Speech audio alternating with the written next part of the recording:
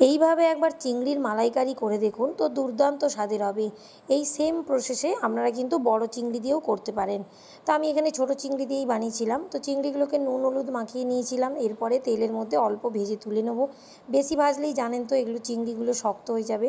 তারপর তেলের মধ্যে তেজপাতা, শুকনো লঙ্কা, গোটা গরম মশলা ফোড়ন দিয়ে পেঁয়াজ বাটা দিয়ে পেঁয়াজটাকে ভালো করে কষিয়ে নেব। তারপর আদা রসুন কাঁচা লঙ্কার পেস্ট দিয়েছি। এখানে কাঁচা লঙ্কা আমি কম ইউজ করেছি, তো আপনারা চাইলে আর একটু ঝাল চাইলে খেতে পারেন। মশলাটা ভালো করে কষানো হয়ে গেলে আমি টমেটো পেস্ট দিয়ে মশলাটাকে কষাতে নিয়ে নেব। আর এদিকে নারকেলগুলোকেও ছোট ছোট পিস করে নিয়েছি, দিয়ে মিক্সিতে এটাকে পেস্ট করে নেব দুধ বের করার জন্য। তারপরে একটা মশলার পেস্ট বানিয়ে নিচ্ছি, যের মধ্যে কিছুটা পোস্ত, কাজু আর 2 চামচ সর্ষে গুঁড়ো দিয়েছি, দিয়ে একটু জল দিয়ে পেস্ট বানিয়ে নিচ্ছি। তারপর মশলাটা যখন ভালো করে কষানো হয়ে যাবে, আমি হলুদ গুঁড়ো, লঙ্কা গুঁড়ো, জিরে, ধনে গুঁড়ো আর সামান্য কাশ্মীরি লঙ্কার গুঁড়ো, নুন, চিনি, অল্প জল দিয়ে মশলাটাকে ভালো করে কষিয়ে নেব। তারপর মশলা থেকে তেল বেরিয়ে আসলে ওই পোস্ত সর্ষের যে পেস্টটা করেছিলাম ওটা দিয়ে ভালো করে মশলাটাকে কষিয়ে নিচ্ছি।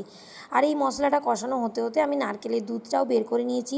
তো এইভাবে একটা কাপড়ের মাধ্যমে নারকেলের পেস্টটাকে দিয়ে ভালো করে এটাকে ছেঁকে নেবো, তাহলেই দেখবেন দুধটা বেরিয়ে যাবে। আর অল্প একটু জল দিয়েও ধুয়ে আমি দুধটা বের করে নিয়েছিলাম।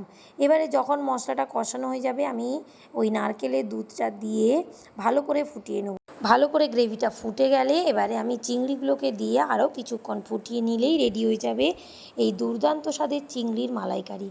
ভিডিও ভালো লাগলে লাইক কমেন্ট করবেন আর আমার পেজটাকে ফলো করে পাশে থাকবেন। টাটা সবাইকে।